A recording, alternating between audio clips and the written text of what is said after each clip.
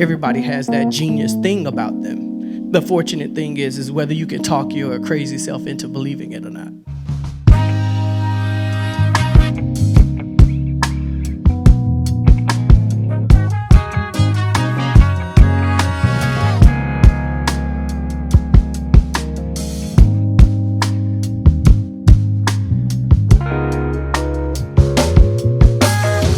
How's everybody doing tonight? Thank y'all for being here. Us as fans, I think it's kind of our job to, right, be fanatical over this music. And, you know, we are a genius, and no pun intended, but dude, we recognize you as a genius. Thank you. Not just this company, but these fans, everybody in the room, right? This question may be hard for you, but when did you first recognize the genius within yourself? Or do you even recognize the genius within yourself? Wow, I mean, I don't really recall. I think my grandfather sold us. We had a piano. It was, of course, horrible. It was out of tune, and it just sat there in the living room. I found out that I really loved music when my grandfather sold that piano. I think I was 6 years old. What type of music was being played in your house? Otis Redding was being played a lot. Sam Cooke was being played a lot. Michael, of course. I think it was a combination of what my mother grew up, listening to. And then that's what I would listen to based on what she liked. Prince was he was kind of the older person's, she couldn't play that around me. I'm sure she was an avid Prince fan, but yeah, I didn't learn about Nicki till a little bit later. Masturbating with the magazine? Yeah. Oh, y'all remember that one? Yeah. I think most of us could share similar experiences. Like we grow up in the household, and probably the first music that we're fans of is the music that our parents, that our grandparents, that our older brothers and sisters are playing around the house. I think for the most of us, it stays there.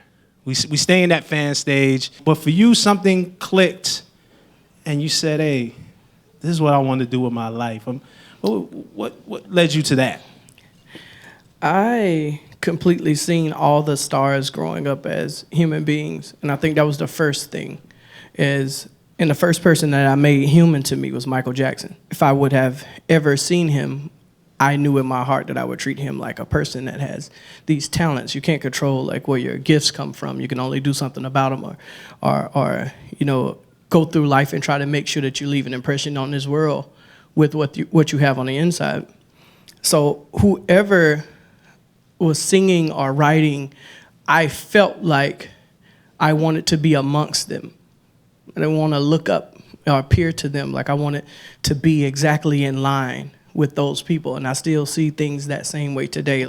At what age does this click? At what age do you like, oh man, I want to walk amongst the stars, so to speak? It's funny how life works. It works differently for everybody. It was one event when my mom passed when I was 15, that kind of changes your idea about human beings and just living, period, and what you can touch and what you can't. Sometimes reality isn't reality for so long because we don't lose somebody that's that close to us, which I'm starting to figure out now that part kind of changed and made me put everybody in a perspective in a different way. I'm never going to get her back the same way we can never get Michael back. These are people. We have gifts and we have talents, but we can't hold each other above anybody else. I'm no more genius than somebody in this room is with technology. Everybody has that genius thing about them. The fortunate thing is whether you can talk your crazy self into believing it or not. Right. Y'all hear that? Y'all finna soak up some game tonight. I'm telling you, and I know we're up here celebrating this man and his genius talent, but I think you're right. There's this theory that we all have genius talent, and it's just figuring out how to unlock it and get there. Yes, sir. That's amazing. I want to fast forward a bit. If I'm not mistaken, your first official writing credit came maybe in 2002 B2K? With a group named B2K. B2K? Y'all heard of B2K? Yeah. A song called Everything. Y'all remember this song, Everything?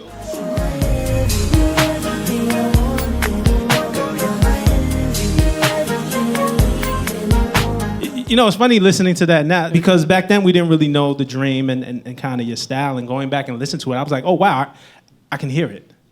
I can hear the style. Takes a while to bake a cake right. No, the right way. That was a delicious cake, my brother. I heard you make a mean peach cobbler too. I actually do. How do you get to B2K? Oh, wow. Well, this was a record done with Laney Stewart, which is Tricky Stewart's brother. And that camp, Red Zone, at the time was one of, amongst a lot of camps in Atlanta. Atlanta's like the new Motown. Tricky had already did on the previous album for them. So they came through, and at the time I was signed to Laney Stewart's publishing company. And that was my first publishing deal. And that song, literally, I don't know what would have happened actually if I did actually write that song. It was literally one of those, I'm going to probably be on the curve if I don't write it. So it's one of these divine situations that comes to you at the right time. Well, it was 4 weeks before that I quit my job. And where were you working?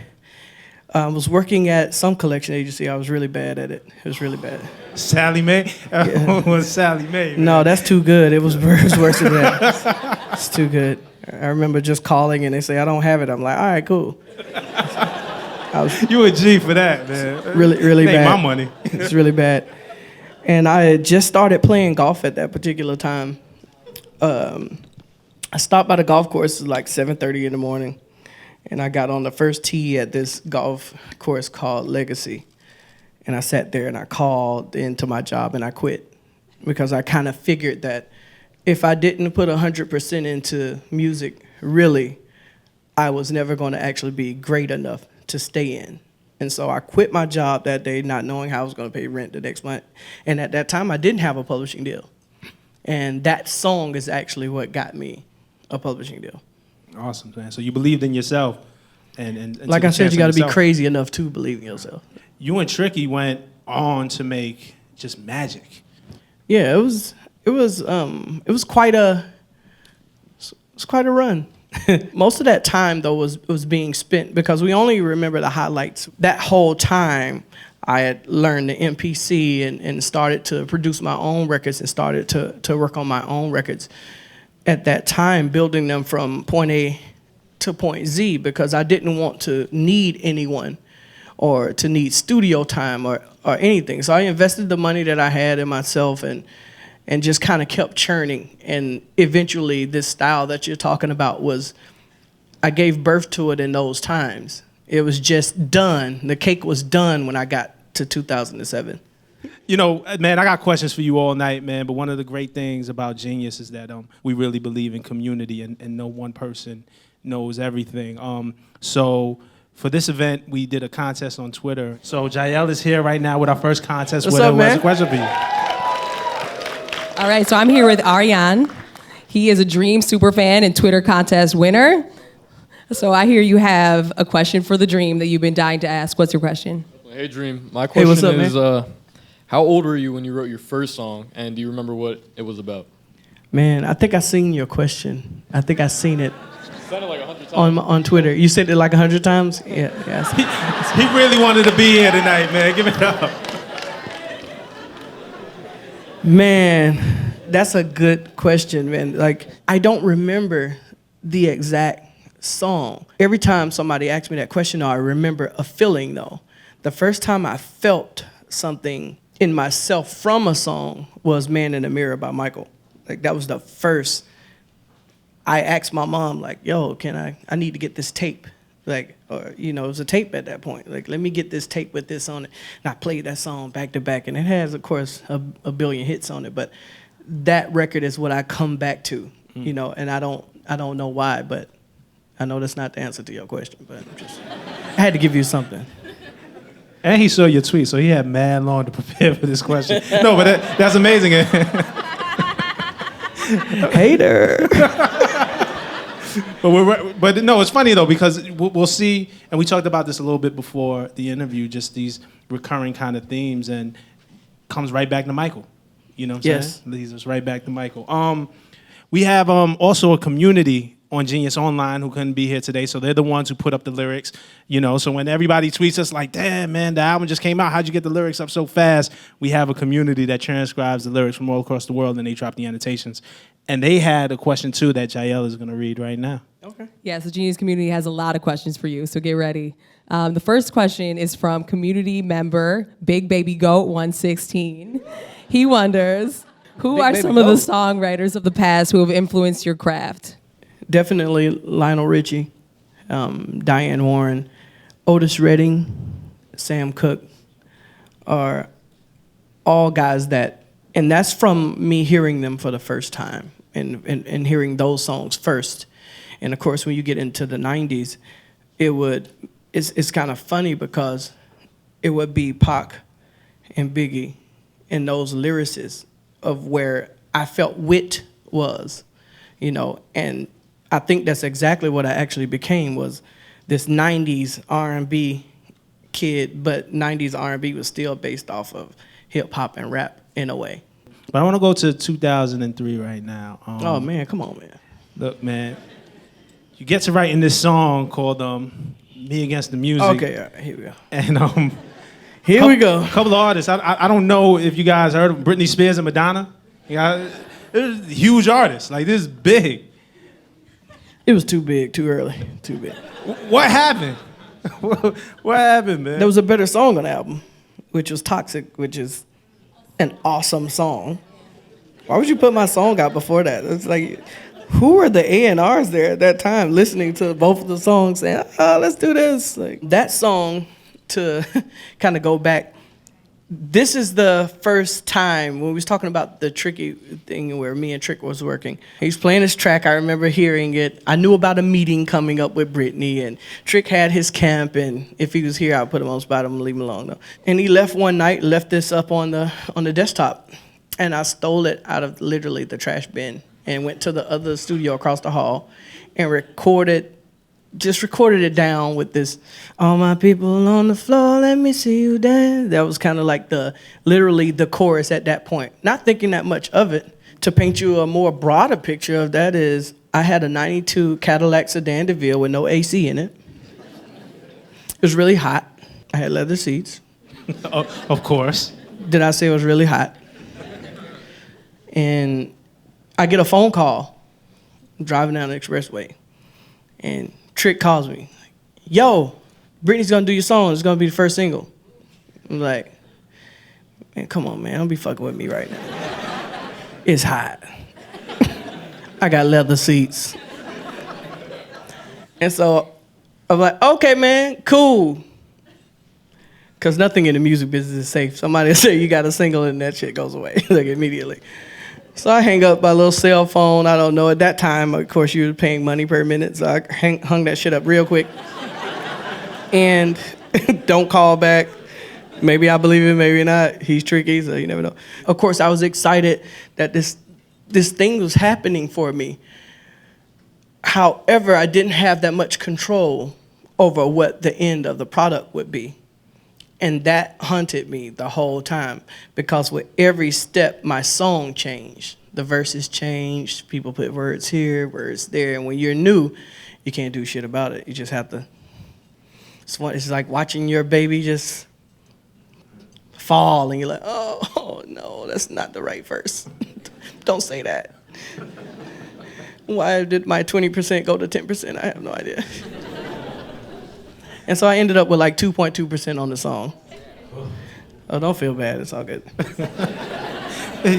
He made it up, I assure you. Yeah, the universe made it up to me. But yeah, that was that song, and it was too big of a jump for me. But it was a wonderful lesson to know that I was connected to these songs like internally. It wasn't a hustle. I would rather do it for free and get the song right. And so to hear Toxic coming after my song was me saying, that's how the song should sound, like that. And whether I even do it right, or maybe the song would have been exactly what it would have been, but at least I would have been able to see it through. And so that's even the most important thing that I take with me every day now, that a lot of these songs I'm able to see from start to finish. Yeah. And it's dope, again, because if you're following the story, the recurring theme is being crazy enough to believe in your dream. By the time we get to about 2007, I'm imagining you have more control. Your vision is really shining through now with a record called Umbrella. Wow. Yeah, that record was done in an act of, I would like to imagine, Muhammad Ali on the ropes and just taking it. It's taking a pounding. I was out of my publishing deal. You don't know when the stars are aligning. It just depends on how much you can keep your head up through it. They could be aligning and you not know it, which is most of the times. I was checking pockets and stuff. Like, maybe I left an extra 20 over here to put some gas in it. Well, did you still have a Cadillac with leather seats? No, I had a Jaguar at the time. My don't bad. say, they tried to repossess it like 9 times. I hid that shit good every time. Park down the street and walk to your apartment. Just like, we'll cover this up with some leaves. And it was just a weird space to say, write a fucking hit. You know what a hit sounds like. You know what songs you like from other people. Like if you went to make a playlist, you knew what the fuck a hit was, and you know how to make it. So just write a fucking hit. So I just told myself that day, and literally we're moving stuff around in the studio. Cool Carell, who now is like side by side with Rihanna and records a lot of her stuff for her now, finds this loop, this kick loop. Trick starts to play this chord, and I kind of walk in at that same moment, and I hear it. And I heard about maybe 8 bars of what Trick was doing. And I said, man, turn the mic on. It's like, man, we're not ready. We just started moving this shit around. We got to plug it up. We got to get it right. I'm like, oh, okay, cool. Turn the mic on. I turned the mic on. I maybe had to go back and change 4 words, but I sung it from the top to the end, exactly as is how you hit a song today, right now. So you show your vision through. We got a treat for you guys, Brooklyn. We have that demo of There it is. we got the reference track. Can we play a little bit of that?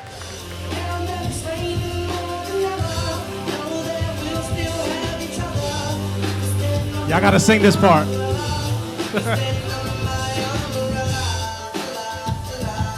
Oh, y'all weak.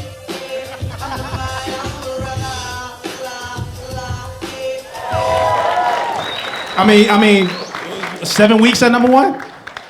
Yeah, I think it's 7 weeks. I think it was 11 in Europe, though. Okay, look, I know we here in America, Europe. I always go with a bigger count- number, yeah, man. Like, you absolutely right. My come bad. on. The test of time is more important to me than just being hot. I got you. One of the other great things about this record is how it sets you up to be an artist. And I wonder if it was deliberate or if it's just something that happened. But, just the simple repetition, Ella, hey, hey. And we hear it, by the time we get to Shorty, is the shit and that repetition. It starts to become your signature in so many songs.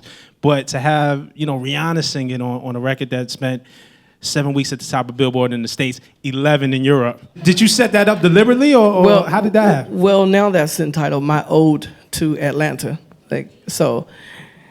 But where it really came from was I was broke, as I've mentioned before. And so everybody who runs Pro Tools and understands this is you have an option of certain plugins that you want to use before your computer actually slows down and you can't use it anymore. The reverb one was just one that I said I'm not going to use. So instead, I would sing those lines repetitively myself to actually fill that thing in. So it's this silly thing that just turned into, oh yeah, I probably should do that all the time. Dream, the human reverb, man. Look. Yeah. Songs like Single Ladies, songs like Run the World, just big women anthems. I think just being a man and be able to write from the perspective of a woman on these big records the way that you have is a gift that not many have. And I want to find out where that comes from. Well, it's definitely from a closeness with my mother. I felt like I lost my best friend, in one way. In another way, that was the love of my life. And her being around older women when I was, I'm talking about women, kids, shit to do. A different world than, now it's a little bit different. My mother gave birth to me when she was 19. All her friends, they're at the house talking about women problems with men, usually. They probably haven't changed. But I was just previewed to a lot of conversations and a lot of sensitive points from a woman's standpoint and point of view. So I was able, without knowing, to keep that in me, to be able to deliver it through songs. And you know, I didn't know that I would be able to say, hey, this is the right thing for Rihanna to say, or hey, let's do Just Fine from Mary J. Blige because, you know, she's going through something, like, and let's say this because this is how you should feel. And on top of that, holding a woman to the very highest esteem, period.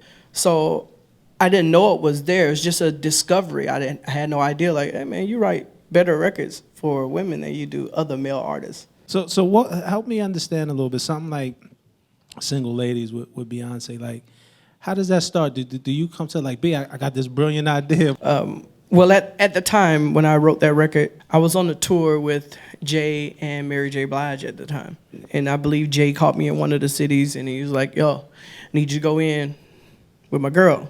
We went to Rock the Mic, and there's everybody, and this is a true story. Everybody's ready to work. Stargate's in one room. There's a couple other producers in one of the side rooms. Timbaland's in the back.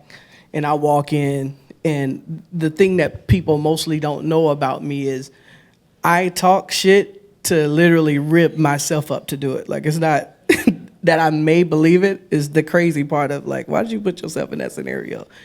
Now you got to come up with some shit. So I walk into the studio, and I'm just loud and obnoxious and being silly. And I said, I don't know who has or think they have the first single on B, but it's over with. I got the first single. I had not wrote a record. I didn't know what I was gonna write. I ain't heard a beat, nothing. I'm like literally backed myself into this corner. And that wasn't the first record I wrote that night. It was another record that was really, really good. It just wasn't Single Ladies, which was the next record I wrote, which it took approximately around 17 minutes to do. And usually those songs that take the small amount of times are usually the bigger ones because you're not thinking about it. It's just a mood. I had no idea. I had already been calculating what I felt like Beyonce should say to everybody if you were Beyonce, which is kind of everybody. If you're not married, like you're in a relationship with some guy that just happens to be Jay-Z. Just happens to be. You're in a relationship with a guy, you want him to commit. So how do I make this a coffee table conversation that the guys, of course, are going to lynch me for, of course. But all the women are going to love it, and that's who I love, so I don't really care. So I come up with this brilliant idea of if you like it, then you should have put a ring on it. Like, yeah, that sounds like some sassy shit a girl would say to me. Like, it was like, well, now I'm gone, so you should have said something at first. Bye. So amazing record. Now an anthem for really single ladies everywhere. Like, yeah, forever. Thanks, Dream. Another guy who you've written for, Justin Bieber. So yeah, you know, we talk about, you know, you're able to write these amazing records for women and from that perspective, and you know, real sexy songs like Bed. You know what I mean? And all of a sudden, you put yourself in the mind frame of a little 12, 13-year-old kid from Canada, right? Baby. Yes. You wrote, like, how does Baby happen, man? Man, that's the easy one, though, man. The backstory is probably even better. I mean, shout out to my man Chris Hicks, Chris Hicks wrote me a $5 million check. So shout out to Chris Hicks.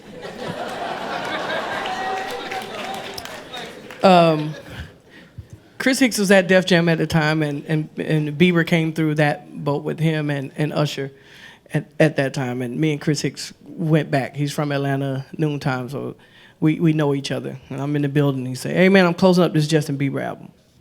I need a record. It's like, yeah, okay. I'll get you a record, but I need you to pay for 2 nights of my hotel stay at the Plaza. He's like, nah, I'm not doing that.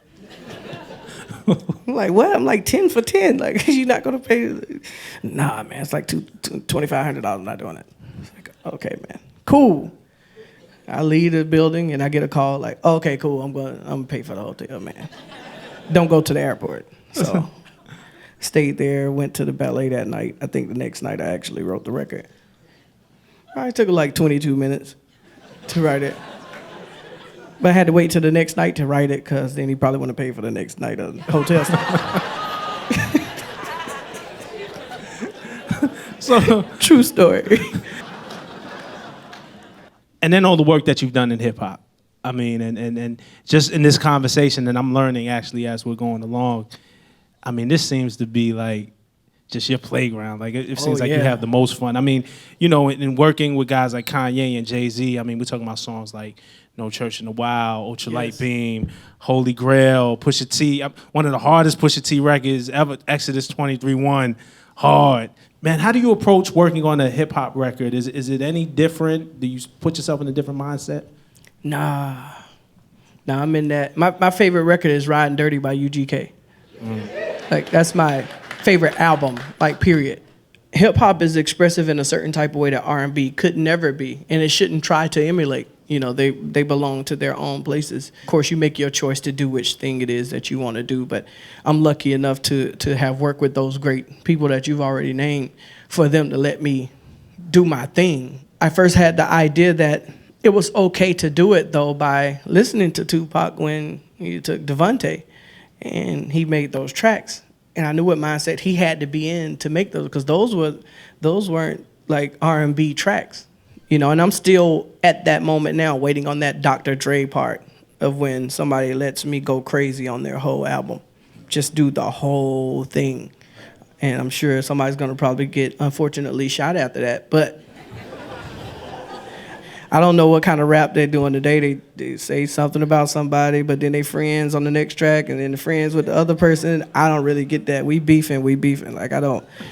That's kind of. But hold on now. So I'm just saying. So you're on the track like during the creation like Exodus 23:1, Right. which a lot of people believe contains shots on Push's part. As some other MCs, you know, a lot of people, the Cash Money Camp in particular. Does that put you in it? Like, are you?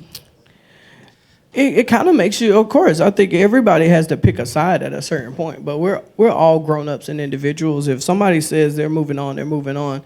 It doesn't put me at the forefront of anything, you know. Which I don't care whether I am or am not, you know, because at the end of the day, somebody knows what's the real thing that's being said, and somebody knows who's not actually giving you 100% the truth. Like, I just want to make sure that I'm aligned with real things. Subliminal shots, like, I don't really understand that completely. Like, I'd rather you just say it to the person that you talk. So even when I heard about it, it was like, oh, really? Like, well, that name didn't come up while we were writing the record, right. You know, but right. Okay, cool. Another record I want to talk about, Holy Grail. Yeah. I know you love this record, man. We love this record. Yeah. Jay-Z, Holy Grail. Y'all know this record? Y'all rock with this record? You know, this record, again, it talks about your influence as a writer, because you had a direct hand in this record, but then this record started influencing the Watch the Throne project and the energy around it. So things that you may not have a writing credit on, maybe your DNA is somewhere tucked a little bit. Yeah, the great thing about my camp and my family, and I extend that through Jay, Kanye, Pusha, and everybody on that side, is they say, oh, this is a writer, period. I'm welcomed in that room, and it's a blessing that I am. Hearing Niggas in Paris, but while in Paris, I actually wasn't even there for that. Like, I was there just on some bullshit. And they found out I was there and said, yo, you know, just come over and listen to, you know, we're listening over here. Not that they needed me there, of course. Niggas in Paris didn't sound exactly how it sounded, you know, in the end. Jay's verse started off, ball so hard, these niggas want to find me. And we had heard ball or balling in a song so many times, but nobody was scared to use it still because nobody had did it to a point where it was like, okay, that's it. Done. Don't nobody use it again. But he said it in such a way, the repetitive reverb dream. It was like, put ball so hard through the whole song. Just every 2 bars, ball so hard, until they just put it through the whole thing. And it ended up basically in the whole thing, which is awesome. And Paris is an amazing record. I mean, they went on tour in each city, 12 nights Oh in a yeah, row. we tore that thing down. But that moment gave birth to Holy Grail, like in the same time, because immediately I left to just start working on Jay's project because of this infinity with rap. Like I was like, I'm gonna work on something for you. Is that okay? And he's like, of course. Like, what are you talking about? Just go and work. And I flew back to California at the time and did Holy Grail, did the track, did the hook, and I remember sending it to Ty Ty and Jay at the same time. I think they were having dinner somewhere, and I guess Jay had heard the record right then and hit me back. It's like, oh shit, this is the name of my album. And it was like, oh, well there it is. And so, yeah, just a little insight. And then that record also connects to No Church in the Wild. Yeah. So the buck doesn't stop there. So just...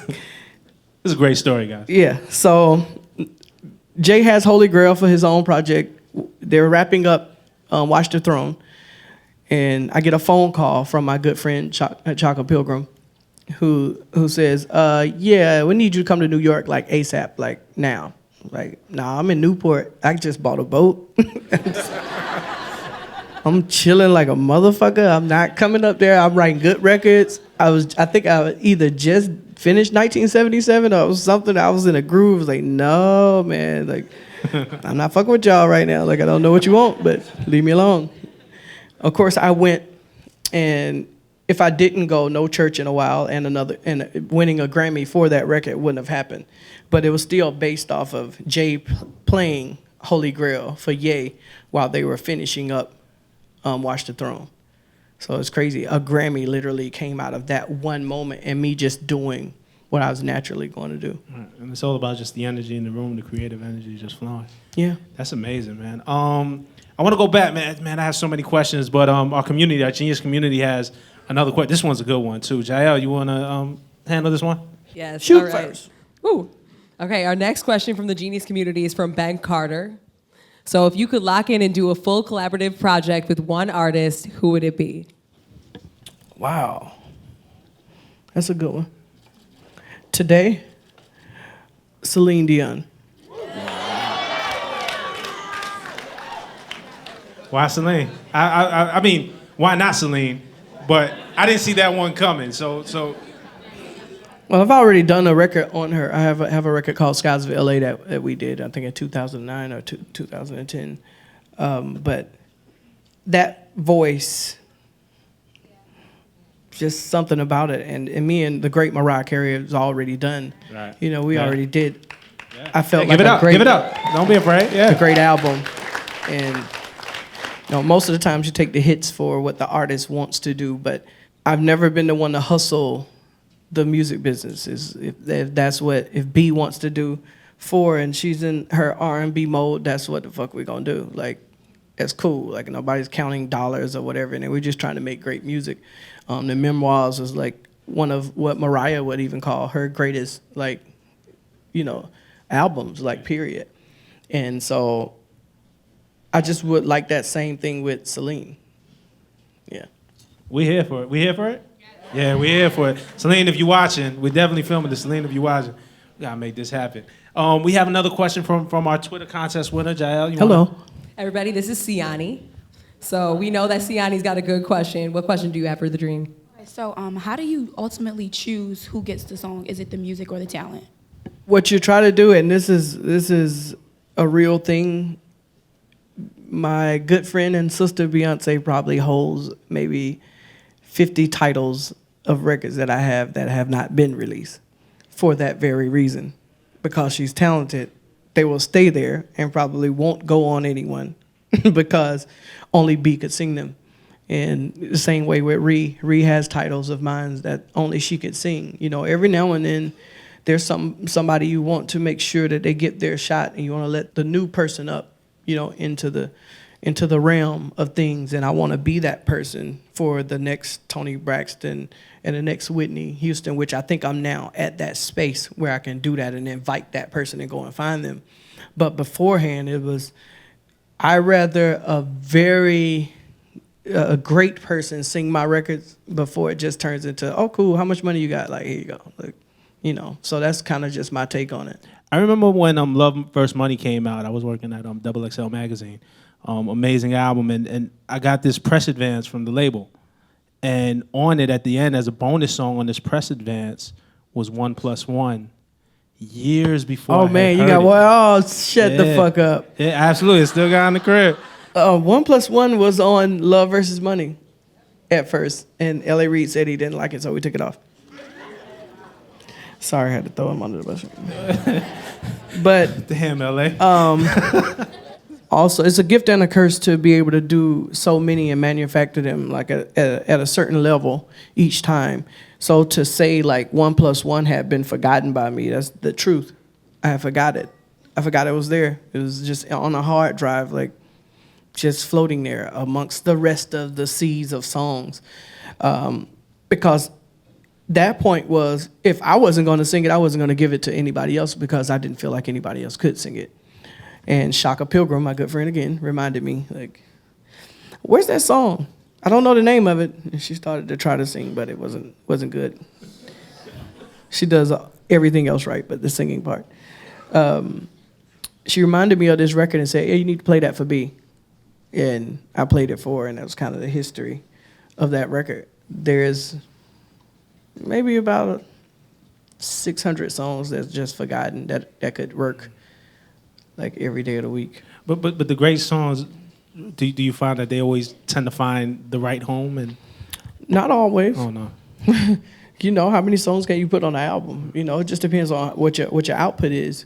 Some of these songs, hopefully they remain timeless and I'll be able to use them, 10, 15 years from now, or my kids will be able to use them, for whatever reason. Like they're not going anywhere. They're like poems that last, forever. We largely, mostly been speaking about the work that you've done contributing and working with other people. Did you always have that desire to be as an artist, or did you start as a writer and that grew? There's nobody in this business that didn't have the desire to be an artist, and if you didn't, then you kind of scare me. Like I just get away from me. Like I don't know what's wrong with me. I remember being in a group. It was like 5 of us, and we were singing, had this harmony thing going on, and it was cool. And then you get bills, and then that shit goes away. Luckily, I was blessed enough to be able to still do music in a certain capacity. Like, it's the same decision you make about playing basketball. If you're like 5'10", you just probably shouldn't play, unless you're Isaiah Thomas. Isaiah Thomas, shout out to Isaiah Thomas. So by the time you get to Love Hate, classic album, bro, like this album done got me personally through a lot. Y'all fuck with that Love Hate? Love Hate, that was a moment. Love me all summer, hate me all winter. Full title. What state are you in? Because now finally, rather than maybe individual songs or working with artists here and there, you're creating an entire body of work. I needed an outlet to showcase what I did and what I could do. And when you're just a songwriter, you're waiting on people to pick your songs. Shawty is a 10, yeah, probably. That could have been a single on somebody. Fast Car, probably not. Living a Lie with Rihanna, or the mama song that I wrote about my mom. Like, who could I put that on? I'm talking about my mom here. I was literally just being a vessel for the music that I was making at that particular time. That was it. It wasn't, I can't wait to be known in every house. Like, no. One of the things that, I don't know if you get a ton of credit for, the songwriting is great, but the way you tell stories throughout an album, the way you sequence an album. I mean, if we're just gonna go down from I Love Your Girl, Fast Car, Nikki, She Needs My Love, Falsetto, like those 4 or 5 songs right there to me is some of the best sequencing in modern music, the way they bleed into each other, the story that it tells, the journey that it takes us on. Like, clearly that is no accident, my brother. No, because most of those songs were wrote on the back ends of those songs. They didn't exist at all. Fast Car going into Nikki. Nikki didn't exist until I wrote Fast Car. She Needs My Love didn't exist until I wrote Nikki. Like, so I was weaving them together as I went, song to song. So it wasn't about, I didn't have 10 songs in sequence. Hey, let me put this one here. And, I was able to do that. But that was before you knuckleheads started wanting singles. And so to me, it just means more as a music fan because you really get the full picture. Before this, like nobody probably knows exactly how I did it, in depth, really, of even how I could make a song last the whole album and title it different things like along the way. But it's a different game that we're in now. Now I'm in a plan mode of I have to do this for those kids that are coming after you, because we don't have the patience right now to really for me to put it together for what's important for today's either radio or internet, whatever it is. You mentioned 1977, and that's my next question. I don't know if it's your best album where a critic might rank it. This is personally my favorite album of yours. I think this is an absolute classic. You grow up, and when you're a fan of R&B music, and I'm sorry, ladies, I'm speaking for the fellas right now. I think, the way women kind of connect to a Mary J. Blige, My Life, and Mary really speaks to the things that women go through. Or a Lauryn Hill, a Miseducation of Lauryn Hill, and the way that really touches you. And it touches all music fans, but the way it touches women in particular. For me, 1977, and I think a lot of guys in this room could agree, was the things that I wish I could say to my woman, but don't have the balls to. The album. 1977. The album, 1977. Yeah, it was definitely a bold artistic move by me that cost at that particular time, because I lost you could lose a lot of women, fans that don't want to hear that shit. It was like, yeah, what are you complaining about? Shut the fuck up. I just had a very good time doing it and being able to be that vessel for, men get enough place too. Like me and my girl, she's in here somewhere.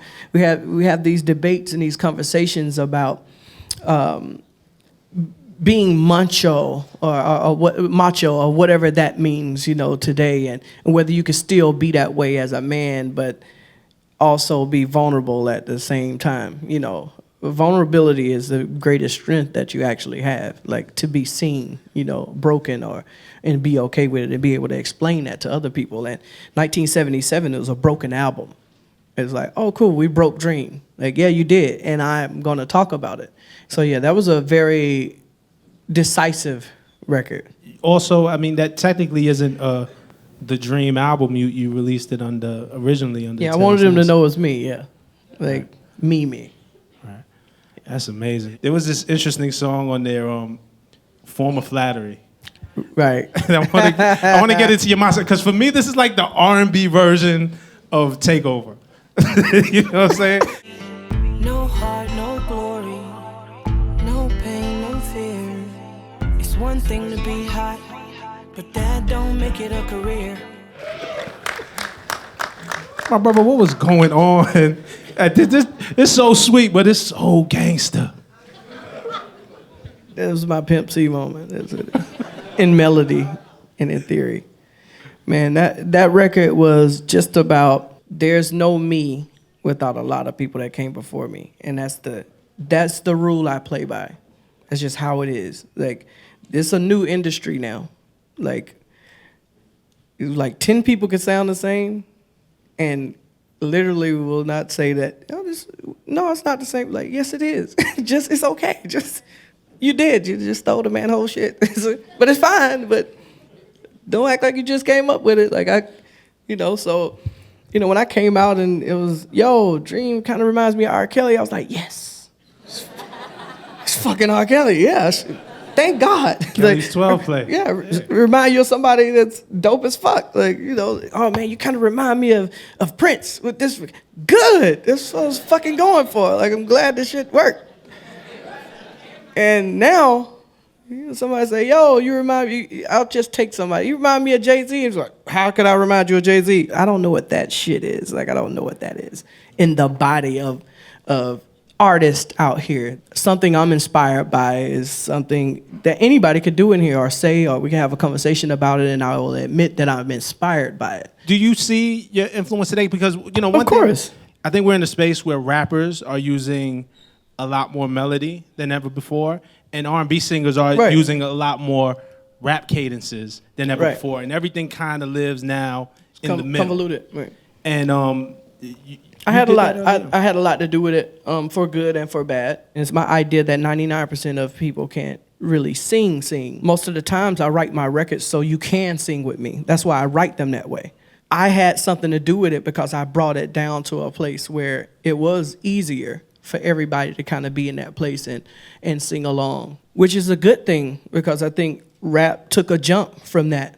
You know, Drake took a jump from that, whether he wants to admit it or not. Like there's a lot of guys that took that jump to that place, but have walked up to me and said like, yo, I fuck with your whole first album. I listen to it every day, all day long. I was like, oh yeah, I could tell. Like, but you know, and it's a great thing that happens. The bad part is the gatekeepers now don't know the difference between what R&B is and what rap is. And so that's my disservice because I kind of started that thing where you still, if you're at a radio station, you should know. This is R&B.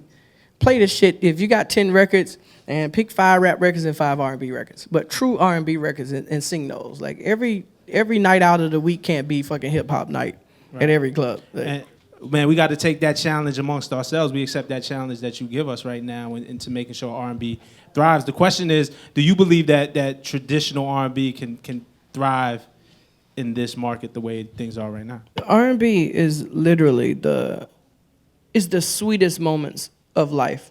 If everybody's actually living and you just don't have sweet moments, then no, it won't exist ever. Like we can forget about it. Nobody has to fall in love. Nobody has to get married. Like I'm quite sure you still have a wedding song. There's a girl that like has her eye on a wedding song. Like moments are made by those songs. It's just different soundtracks for different moments. Like it just doesn't have to be that all the time. I want to go back to the Genius community real quick. Jael, I know you have a question from the community. This is a good one. The Genius community wants to know more about Drake. So we got Genius community member Shy Inc. His question is, what was it like working with Drake early on in his career on Shut It Down, and why haven't you worked together since? That is. No, shout out to Drake and what he's done with his career. Like I said before, I'm just a real student of how these things go, and I remember when Drake was putting this record together, I was getting calls after calls, like, yo, get on this record, like, yo, get on this record. I said, I'm gonna do the record, man. Like, I'm on tour, like, I'm gonna do the record. As soon as I get to a place, I'm gonna do it. And Drake called, like, yo, like, this is how I wanted to sound. I'm like, Drake, I'm gonna do this record how I'm gonna do it. I'm gonna give it back to you the same way you sent it with your verse on it. Like, I'm gonna send it back to you. It's like, okay, cool, no problem. And the record came out great, you know. I think, you know, it came out great with a lot of people doing a lot of things. I think when the next album came along, since somebody wants to know why we never worked again, I asked him to get on the record, and he never got on the record. And so I'm only going to ask you once, especially if I've already done something for you. So that went through his people directly to him, and whatever that thing was, then that was it. So that's the end of the Drake and Dream era of a record. I mean, obviously, amazing artist. You are. He's a great artist. Oh, in definitely. his own right. Collaborations are nice, and collaborations are great. And sometimes artists can just be great without each other. We got another question from the audience, right, Jael? Yes, we do. All right, this is Brandon. He's another Twitter contest winner and Dream super fan. Oh, shit. All right. What's up, man? Brandon, what question do you have for the Dream? How has your approach to releasing and recording music changed with the new business models of the industry? The more fortunate part of answering that question is I have a firm belief in publishing.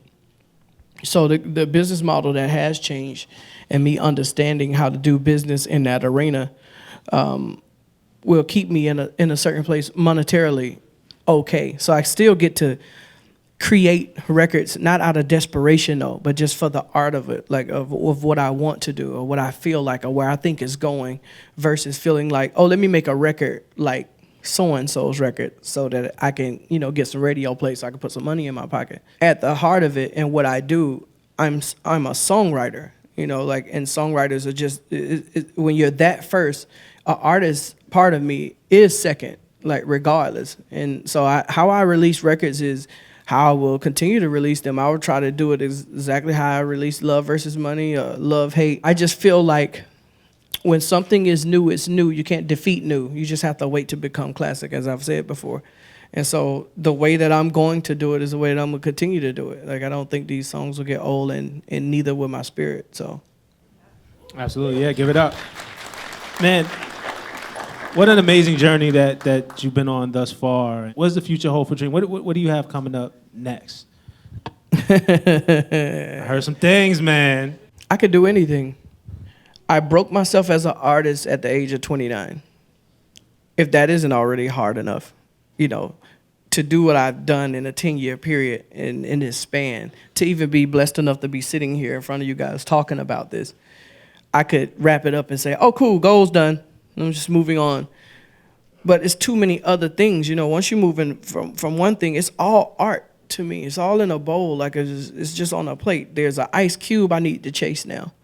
There's a Dr. Dre I need to chase down. Like it's moved on from Lionel and Diane to now it's other people that I see and say, oh, they use that same brain to get those things, and I can use my brain to actually get to the same things that you have. So it's just an everlasting idea to keep pushing, myself. This music thing is like water. Like, it's not, my songs are going to be my songs regardless. Like, people get hot and cold and wander off, but you'll be back. Like, and when it's time for you to get married or fall in love again, and I'll be here. But this idea of what to do or what to do next is what I've been doing all along. Like, these are just steps. I was already preparing to be able to retire at a very early age, and not meaning retire, you never see me again, but, oh, cool, I can put my shit up, and now I can do whatever the fuck I want to do, but still use myself in the things that I see and the movies I want to write and direct and bring them to the world, because nobody has any real idea what's in my mind and heart sitting on this stage. You just know what I've done. And when I didn't have that stuff before, you didn't know I could do that. So we have no idea what I can actually do. Mysterious, intriguing. I know I can't wait. I would just like to thank you, man, for coming out here to Genius. Sitting with us. I know that some of these questions might be like, asking a bird how it flies. It's just like, man, I just do it. But the way that you're able to break this down for us and make us understand and bring us into your world is something that we truly, truly, truly appreciate. Thank you guys for having me. Thanks to Levi's, 1800, Tidal. Yeah, Levi's. Radio Killer Records, Rock Nation. Thank you guys for really giving me this time. I hope I wasn't too obnoxious today. Nah, man. All right, everybody, please give it up for yourselves. Give it up for Dream. Genius level, the first one. There will never be another. The greatest songwriter of our generation.